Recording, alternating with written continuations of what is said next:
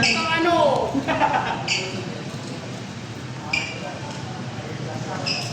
It's a prank! Ay, ito na pala. Wala, prank yata. Ayan na.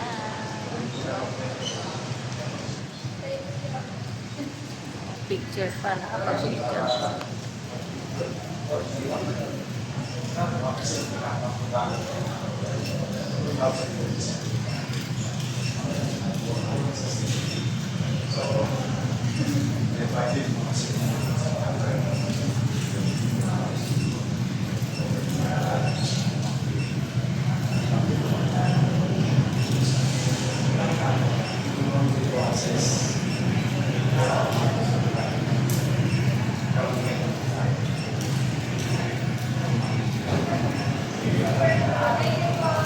Yorme, ito, yung pala yung secret mo.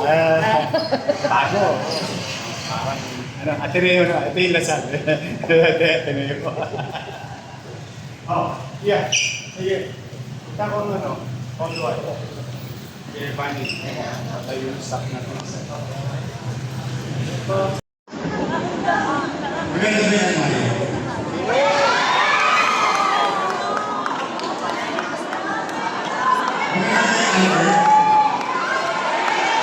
Meron ba yung mga science?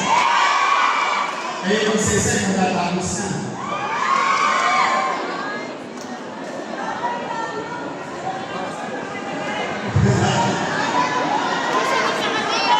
Kung dahil yung sesay, ayaw ko yung mga sesay. At least, it's official. Because yesterday, or 2 days ago, we were waiting. Now only to make some possible. Yung mga TRC, yung TRC sinasabi ko. Lalagay ko ulit sa Monday. May balik sa segregation. And just want you to prepare yourself because yesterday, finally, nakahanap ako ng 460 milyones.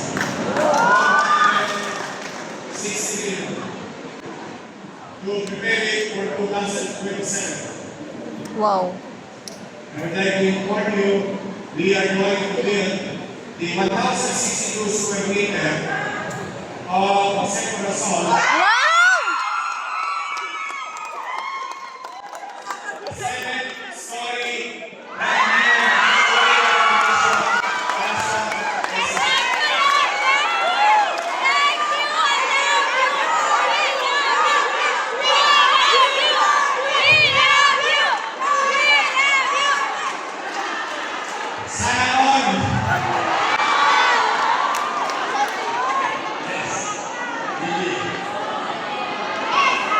pag nakita nyo yung eskwelahan nila, right next time.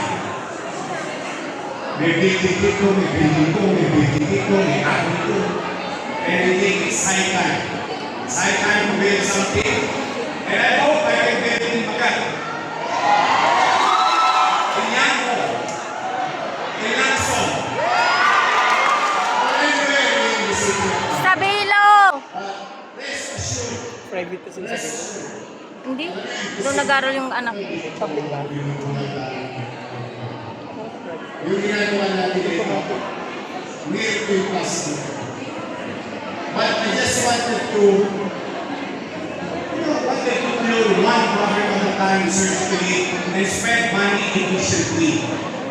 So we don't need the resources. How can we have, together as Manilans, to have a better effect, efficient, and at the same future population growth in a particular community. Kaya, huwag naman tayo magkalala. Nakso, pagkat, yan po, yung pag-eskwelahan. Amado.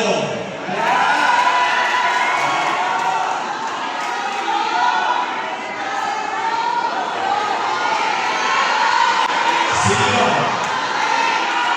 Okay, magkalala. Hanggang gusto nyo sa Maynila, hindi niya paalis sa Maynila.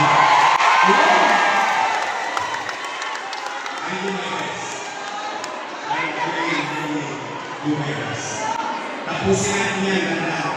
Before you know it, Hi ma'am, ano po yung masasabi niyo? Mukhang may good news si Yorme sa inyo. Naku, tuwang-tuwa po kami. Sa totoo lang. Alam niyo ba kung bakit? O, eto na ako ha, nangunguna na ako. Bakit? Kasi sa totoo lang, yung aming mga eskwelahan, babagsak na. Puro anay na. Puro anay na. At saka yung bill nun, ilang beses ang pinalitan, hindi talaga pag lumulundag ang mga bata namin, lahat ng ilaw namin napupundi.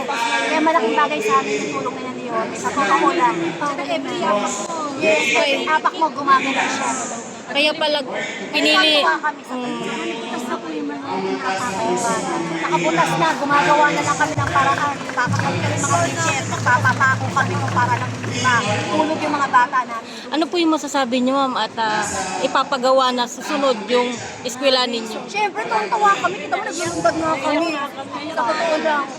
Kasi matagal na namin inaasahan yan. Nung nakaraang taon, in-expect namin bago mag-COVID, magagawa na. Tapos nagkaroon ng COVID, so nahinto siya. Tapos ngayon, nakikita namin pinaplano na gagawin na. Siyempre, assuming na kami, siyempre, di ba? Masaya kami. Sana wish ko lang bago ako mag-retire, nakita kong gawa ang JC. Okay? Thank you po. Thank you, Yorme, yun. Sige talaga. Ano sila mahuhulog talaga sa Nakakatuwa po.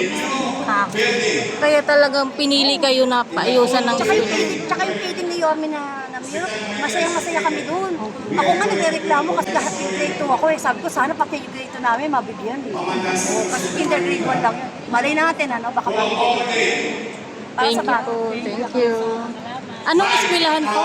Anong eskwela? Jose Corazon de Jesus Elementary. maliit lang po yung school namin. Pero ang mga bata ko magagaling. Naman ang galing. Pag tingnan mo, history namin, nagcha-champion kami. Wow. Kaya lang, ngayon medyo wala talaga kami magawa. Pero at least maganda may good news si Yorme na sa inyo. Thank you po. Thank you po. Yorme.